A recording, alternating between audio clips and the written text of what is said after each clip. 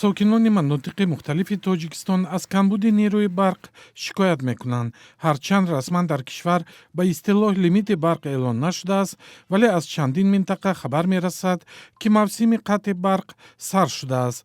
Саидназар Алиев, фурӯшандаи гази моеъ дар шоҳроҳи Душанбе Шоҳанбарӣ, рӯзи дуввум аст, ки генератор истифода мекунад. Генератор дар як шабонарӯз то 15 литр гази моеъ сарф мекунад. Динай барқро куштиян, мисол акак бега соатҳои 10 куштан, соати 5 додан. Боз хаймо тини саҳар бо мисол аз соати 9 10 куштан шамин тоза нестай. Мисол дивжокти кор косемо. Акмо гутен хай дар радио дар телевизор эълон набуд. аксари сокинони дараи Шоҳанбарии шаҳри Ҳисор низ мегӯянд, ки ду рӯз аст бебарқ монданд. ҳама дар душвориай. ҳамин давлати мо чӣ дора як совет. Дига чӣ дорим? Хад дига ачи мебарим. ҳамин совет ҳам ки набошад дига мо бедаст по. дар ин маҳалла бинои мактаби навро месозанд. устоҳо мегӯянд, ки агар бо нерӯи барқ таъмин бошанд, сохтмонро 1 ё 2 моҳ пештар анҷом медиҳанд.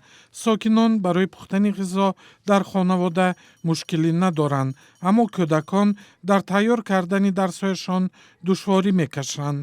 خاک گاز پس هستی گاز داریم او قشلاقی او که هستی هست خور خس تا پکم چه هست میپز میخری بدم دا ҳанӯз фасли гармост ва истифодаи барқ ҳам зиёд нест, вале маҳдудият ба нерӯи барқ хеле барвақт оғоз шуд.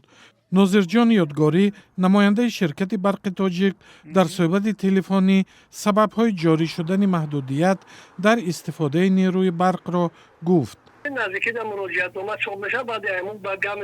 шикоятҳо мерасанд, ки маҳдудиятҳо ҳатто ба марказҳои шаҳру ноҳияҳо ба мисли Панҷакент ҳам расидааст. дар баъзе минтақаҳо мақомот дастрасӣ ба нерӯи барқро ҳамчун фишанг истифода мекунанд. ба навиштаи яке аз корбарон аз ноҳияи Нуробод, мақомот интиқоли нерӯи барқро дар деҳаҳои Дегай ва даштии ҷамоати деҳоти Меҳробод қатъ карда гуфтанд, то ба мо салдат надиҳед, светро намебинед. мақомот иддао доранд, ки бо анҷоми сохтмони нерӯгоҳи Роғун камбуди нерӯи барқ рафъ мешавад.